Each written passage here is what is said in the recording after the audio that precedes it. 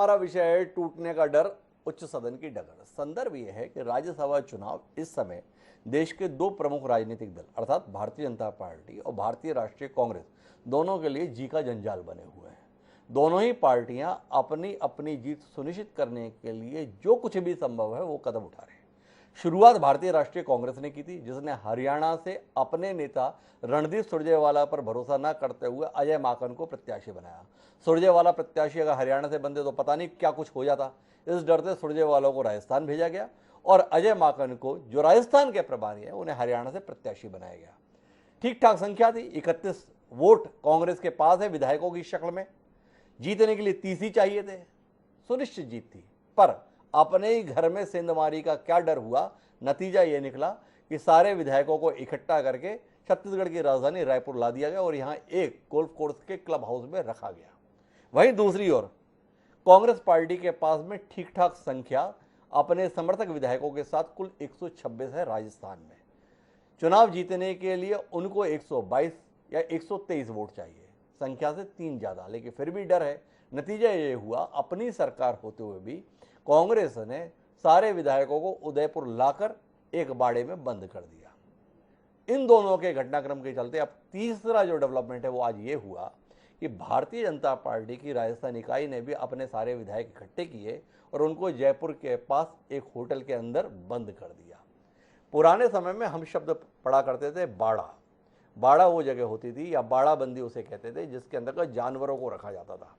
वर्तमान में देश की राजनीति में ये शब्द विधायकों के लिए प्रयोग होता है, सांसदों के लिए प्रयोग होता है।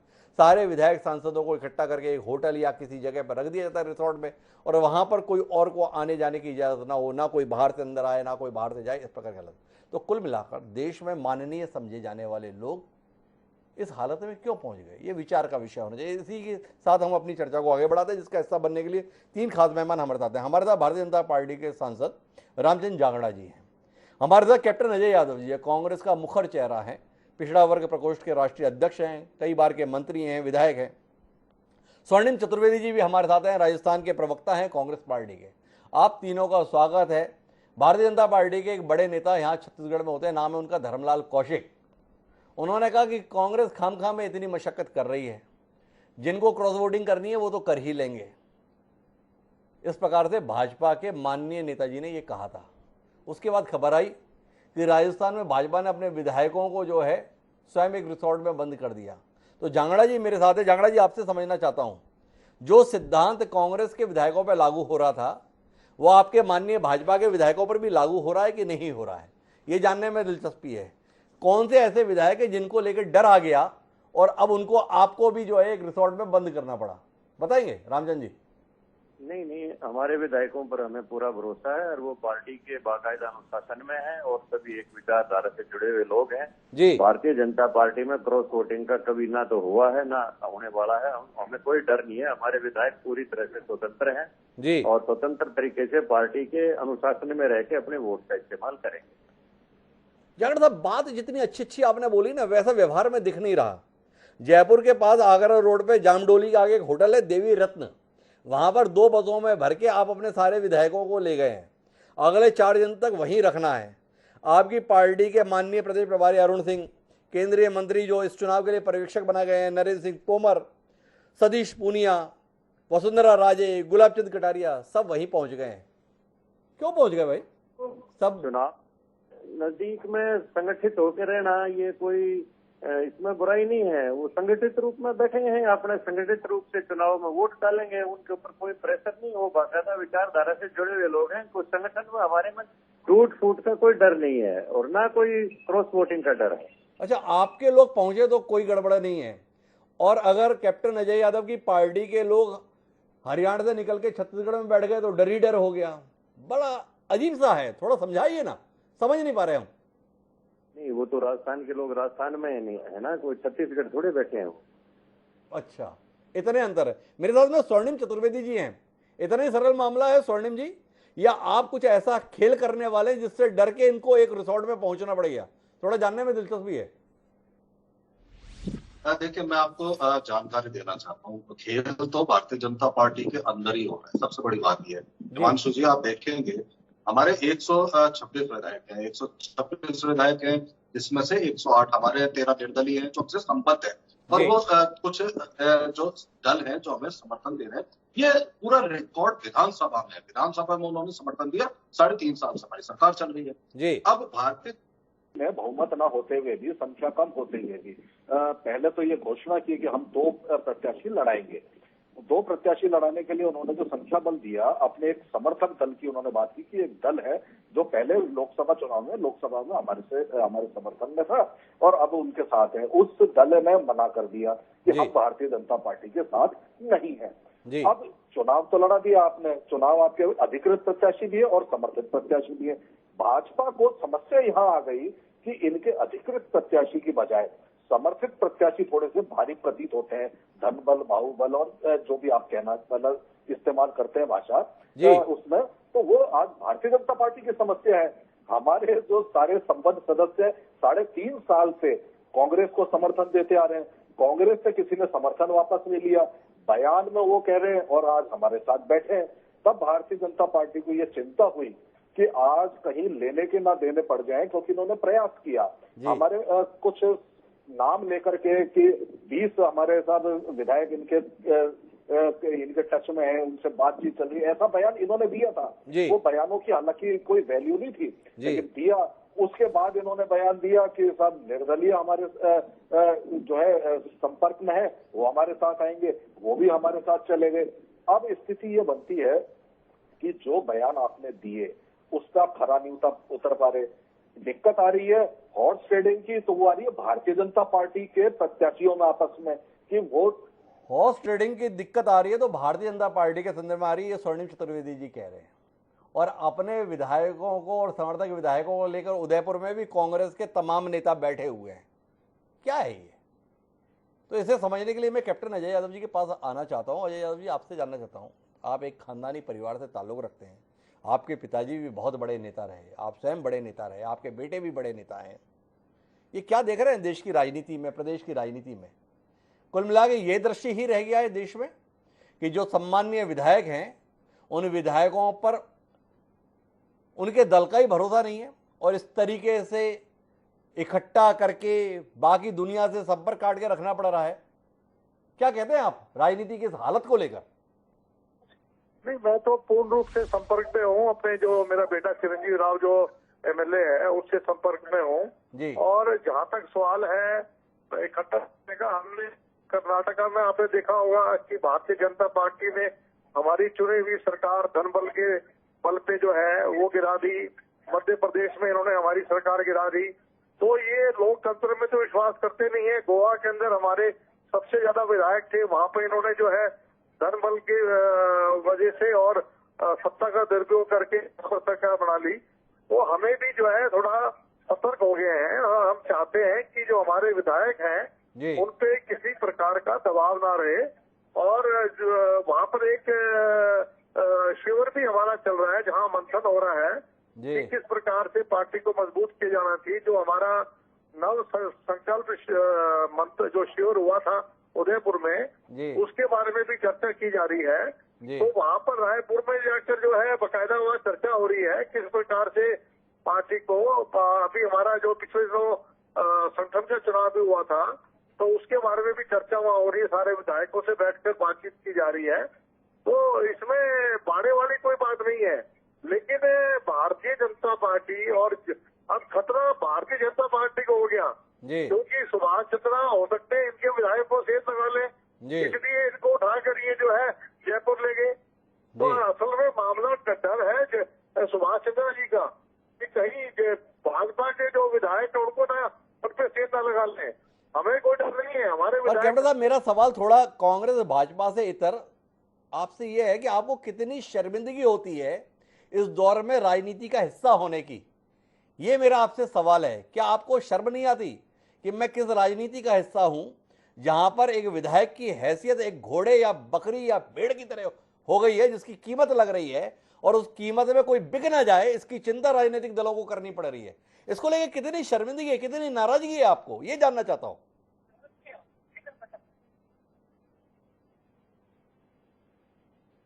किससे पूछ रहे हैं आप? ये आपसे पूछ रहा कैप्टन साहब, सबसे वरिष्ठ आदमी आप ही हैं। कि ऐसा है ये खरीद फरोख्त की बात नहीं है। हमारे पास ना तो किसी का ऑफर आया है खरीद फरोख्त का। आप ये मन गढ़ंत बात करें, आप मेरे मुंह में क्यों डाल रहे हैं? मैंने तो ये कहा है कि इन लोगों को लोकतंत्र पे विश्वास नहीं है, ये हर प्रकार का धन बल का उपयोग कर सकते हैं। अब हमें डर अब ये भाजपा वालों को डर ये लग गया कि सुभाष चंद्रा जी इनके ऊपर डोरे न डाल दे बीजेपी के विधायक को, इसलिए वहां लेके जा रहे हैं। इसलिए मेरा ये कहना है कि आप बड़ा शब्द इस्तेमाल ना करें। वहां पर जो है बकायदा शिविर चल रहा है, मंथन चल रहा है, और इस प्रकार की बात भी कहना कि बाड़ा में बंद कर रखा है, ये बात बिल्कुल मैं आपकी बात से बिल्कुल सहमत नहीं हूँ। अच्छा केडू साहब, आप तो इतने ईमानदार आदमी हैं, साफ बात बोलने वाले आदमी हैं, आप हमें बता रहे हैं कि वहां पर मंथन चल रहा है, चिंतन चल रहा है, शिविर चल रहा है।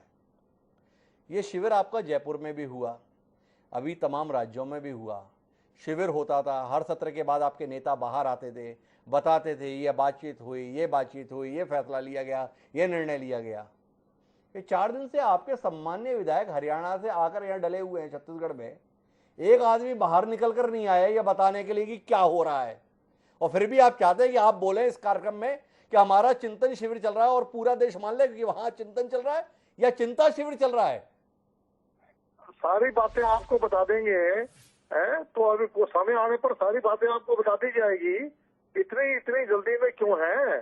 अब जो मंथन चल रहा है, अभी जो अंदर जो मंथन चल रहा है वो पार्टी को मजबूत करने के लिए चल रहा है। पार्टी की जो नीतियां क्या है, आगे हमारा जो है किस प्रकार से जो है, अभी हमारे चुनाव गुजरात में है, हिमाचल में है, तो वहाँ पर जो है हमारे विधायक वहाँ जाएंगे, जाकर प्रचार करें, सारी बातें हो रही है वहाँ पर ये सारी बातें हो रही है। कैप्टन जी को कहना आप इतनी जल्दी में क्यों हैं, बता देंगे। पर रामचंद्र जांगड़ा जी मेरे साथ में है, और रामचंद्र जांगड़ा जी आपसे समझना चाहता हूँ, एक ठीक ठाक स्थिति थी, सम्मान के साथ निर्वाचन संपन्न हो सकता था। क्या आप मानते हैं कि इस खेल ने एक बार फिर देश में राजनेताओं के प्रति सम्मान को खराब किया है? राज्यसभा निर्वाचन के तहत जो खेल चल रहा है, करोड़ों रुपयों का इधर से उधर काम चल रहा है, बड़ी संख्या में लोगों को रिसोर्ट में लाने, ले जाने, दौड़ाने, करने का काम चल रहा है, एक बार फिर देश में राजनीतिज्ञों के प्रति लोगों की धारणा ही खराब हो रही है। इंकार है आपका इस बात से जांगड़ा जी?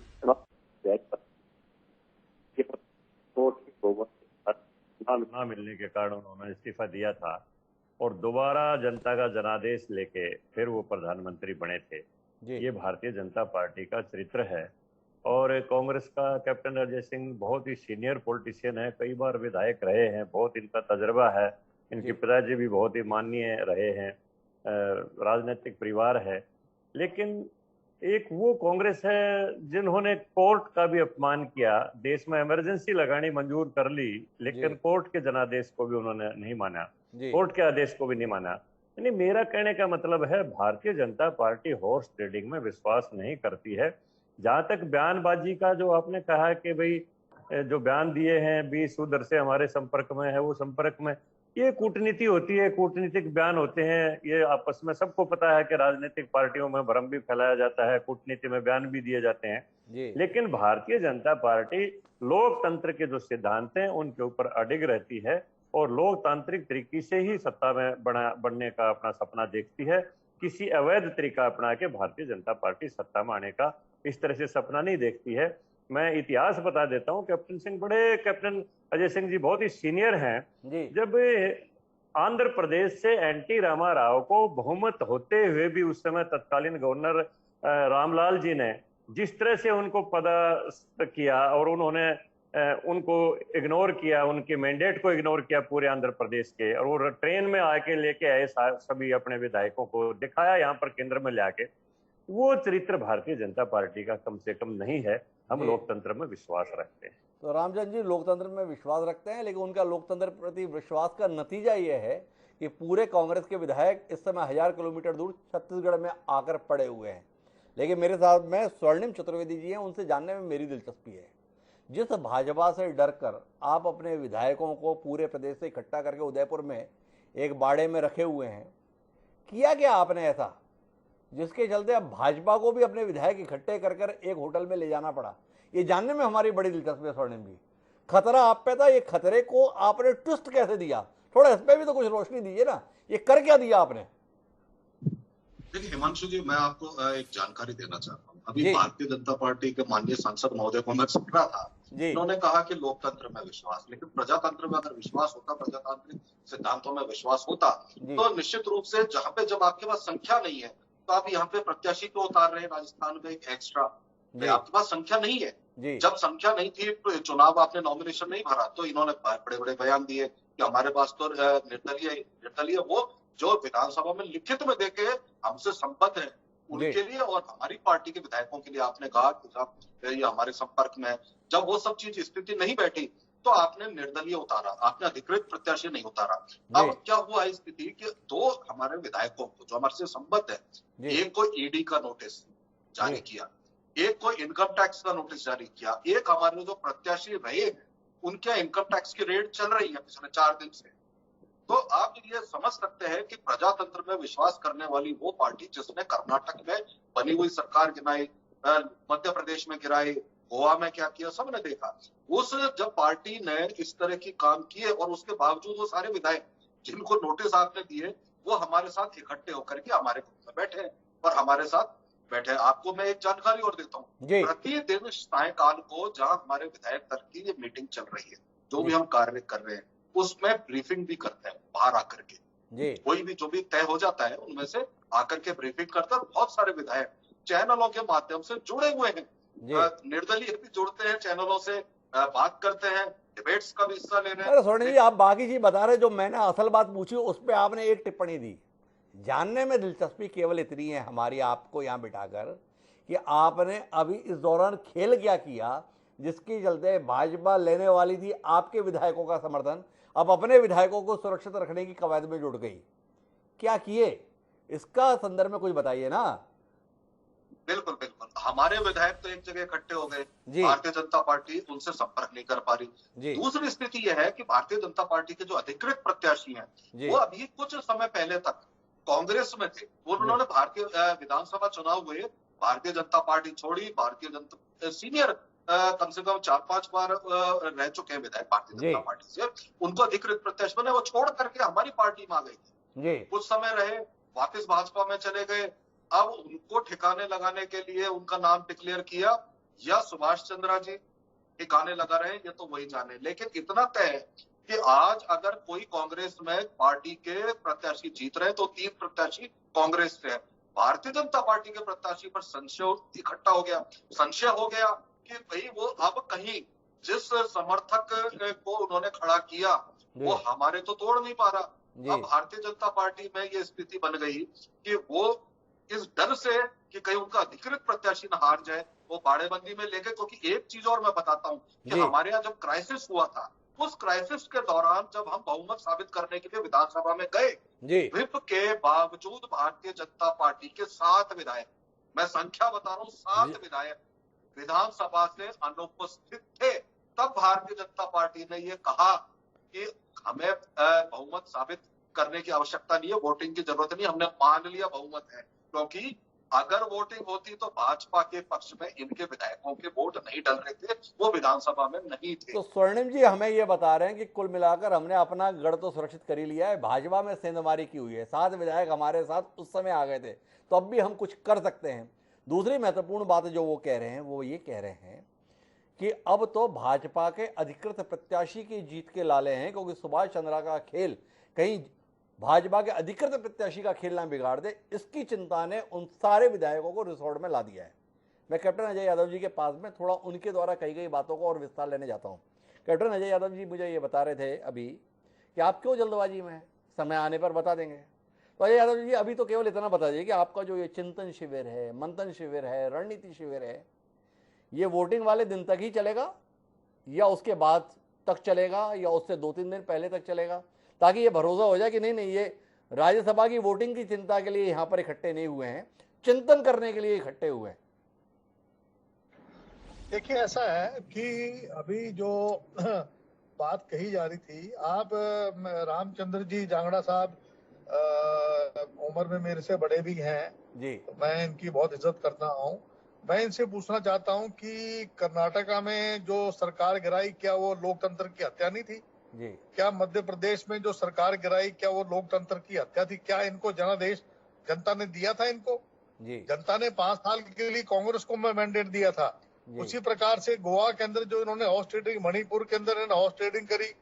तो मेरा कहने का मकसद ये है कि आज भारतीय जनता पार्टी के पास जो आइडियोलॉजी नहीं रही अब इनकी, अब इनकी आइडियोलॉजी केवल एक ही है, मंदिर मस्जिद के नाम पर सत्ता हथियाना।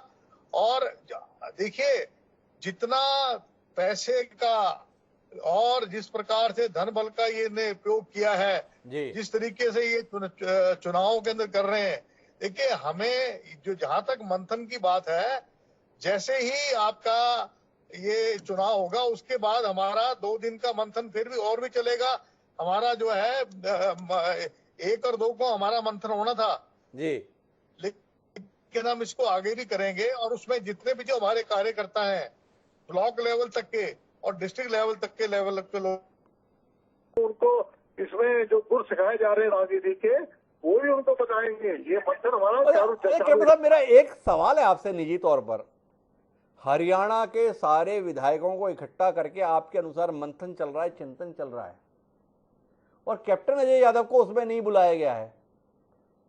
मतलब इतने बड़े नेता कैप्टन अजय यादव हैं, इतने सारे विधायक पहली बार इतनी बड़ी संख्या में एक साथ इकट्ठे होकर बैठे हैं और आपको उससे दूर रखा गया है। भूपेंद्र सिंह हुड्डा ने यहां पर भी आपका निपटारा कर दिया गया, जो आपको यहां नहीं आने दिया गया। थोड़ा समझना चाहता हूं, आप स्वयं बता रहे चिंतन शिविर है और कैप्टन साहब नहीं है। मेरी बात सुनिए, चिरंजीव राव विधायक है, मेरा लड़का वहां पर है जी, वो जो है मेरा प्रतिनिधि है और विधायक है वहां से, और मेरे को तो बुलाया था। लेकिन आप जानते हैं कि मेरे पास तो राष्ट्रीय अध्यक्षों पिछड़ा वर्ग का, आज हमने जातीय जनगणना के ऊपर जांगड़ा साहब जो है हमारे पिछड़ा वर्ग के लोग हैं, इनसे मैं पूछना चाहता हूँ जातीय जनगणना क्यों नहीं करवाई है? और क्रीमी लेयर जो है 8 से 6 घटा दिया। आज हमने पूरे देश भर में आज हमने जातीय जनगणना और जो है जिस प्रकार से पंचायती राज, सुनिए, पंचायती राज में जो आरक्षण खत्म कर दिया, जो पंचायती राज में आरक्षण खत्म कर दिया, उसके लिए हमने ज्ञापन दिया। तो अजय यादव साहब मुझे ये बता रहे हैं वो पिछड़ों की लड़ाई लड़ रहे हैं, पिछड़ा वर्ग प्रकोष्ठ के राष्ट्रीय अध्यक्ष होने के नाते, इसलिए इस विधायकों के शिविर को समय नहीं दे पा रहे हैं। बुलाया गया था पर वो समय नहीं दे पा रहे हैं। मैं आखिरी दौर की बातचीत के लिए एक बार फिर स्वर्णिम जी आपके पास आना चाहता हूँ और आपसे जानना चाहता हूँ, जितनी दिलचस्पी राजस्थान के संदर्भ में उतनी दिलचस्पी हरियाणा के संदर्भ में। हरियाणा में भी दांव पर कांग्रेस और राजस्थान में भी दांव पर कांग्रेस। आपका दावा 10 तारीख को पुष्टि करेंगे, क्या रहेगी कहानी? देखिए, दांव पर तो भारतीय जनता पार्टी के साथ, मैं हरियाणा की नहीं, मैं राजस्थान की बात करता हूँ। राजस्थान से भारतीय जनता पार्टी के प्रत्याशी के जीतने पर संशय है। और आप देखिए, सबसे बड़ी बात, अभी तो आज उन्होंने बाड़ेबंदी करने का फैसला लिया कि हम ले जाएं अपने रिसोर्ट में अपने विधायकों को। कितने पहुंचे ये सूचना और जानकारी कल तक मिल पाएगी। लेकिन एक चीज तय है, कांग्रेस के समस्त विधायक और +3, हमारे को जितनी संख्या चाहिए उससे 3 अधिक हमारे साथ आज है। और 1 और 2 तारीख को जब हमारा चिंतन शिविर था, उस चिंतन शिविर में भी हमारे विधायक और हमारे पदाधिकारी और सब एक साथ बैठे थे 2 दिन लगातार। उसको देखने के पश्चात भारतीय जनता पार्टी की स्थिति बड़ी नाजुक हो गई। उनके बयानबाजी अचानक बंद हुई और वो अब एक्शन में आए, अब अपने विधायकों को, विधायक दल को बचाने में लग रहे हैं। मुझे लेकिन आशा पूरी है कि भारतीय जनता पार्टी के नेता, चूंकि इतना अंतर विरोध है इनके आपस में, यह है अपने अधिकृत प्रत्याशी को चुनाव जिता लें, ये बहुत बड़ी बात होगी। तो स्वर्णिम जी तो ये कह रहे हैं भाजपा का अधिकृत प्रत्याशी चुनाव जीत जाए, यही बहुत बड़ी बात होगी। जांगड़ा साहब कुछ कहना चाह रहे हैं, उनकी आखिरी टिप्पणी लेते हैं। जी जांगड़ा साहब। मैं कैप्टन साहब ने कई मुद्दे उठाए। पहले तो कैप्टन साहब ने कहा कि मणिपुर, गोवा और मध्य प्रदेश का जिक्र किया। देखिए, ये इनकी पार्टी के अपने विधायकों का अपने नेताओं पर विश्वास नहीं था तो इनकी सरकार गिरी है। भारतीय जनता पार्टी ने इसमें कोई हॉर्स ट्रेडिंग वो नहीं की। दूसरी बात, कैप्टन साहब ने पिछड़ों का मुद्दा उठाया जी। मैं कैप्टन साहब से पूछता हूं कि कागलेलकर कमीशन की रिपोर्ट को रद्दी की टोकरी में किसने डाला? पंडित नेहरू की सरकार ने जी। मंडल कमीशन की रिपोर्ट को रद्दी की टोकरी में किसने डाला? इंदिरा जी की सरकार ने। पिछड़ों के हमदर्द अब ये बन रहे हैं, ना मंडल कमीशन की रिपोर्ट का लागू किया, ना कालेलकर कमीशन की रिपोर्ट का लागू किया। यहां तक कि पिछड़ा वर्ग आयोग का भी गठन नहीं हुआ। और आयोग का गठन तो पिछड़ों का हितैषी कौन, इस पर हम एक अलग कार्यक्रम करेंगे। अभी हम विषय से भ्रमित नहीं होते हैं। रामचंद्र जांगड़ा जी और कैप्टन अजय यादव जी के साथ हम वो चर्चा एक बार फिर साथ में बैठकर कर लेंगे कि पिछड़ों का सच्चा हितैषी कौन है। पर अभी जहां तक बात है राज्यसभा चुनाव के संदर्भ में, टूटने का डर दोनों ही राजनीतिक दलों को सता रहा है। नतीजा यह है कि माननीय विधायकों को बाड़े के अंदर बंद किया जा रहा है, पर यह बाड़ेबंदी कितनी सफल होगी और कितनी असफल, इसका खुलासा 10 तारीख को होगा। इंतजार करेंगे, तब तक इस खेल को देखेंगे। आप तीनों मेहमानों का बहुत बहुत धन्यवाद इस चर्चा का हिस्सा बनने के लिए। समय है अब आज के शेर का। जो हमने बात कही कि 10 तारीख को देखेंगे, उसी को कहता हुआ शायर का ये शेर कि वही चिराग हवाओं का जोड़ तोड़ेंगे, वही चिराग हवाओं का जोड़ तोड़ेंगे कि बाजी हार के भी जिनके हौसले न गए। जमील नजर ने जो ये शेर लिखा था, हार रही है। क्या इस राज्यसभा चुनाव के संदर्भ में ऐसा कुछ हासिल करके दिखाएगी ताकि हार के सिलसिले में जीत को नजर आए? इंतजार करते हैं। और अब आपसे इजाजत लेते हैं, कल फिर मिलेंगे नए विषय के साथ। मुझे दी इजाजत, सादर प्रणाम।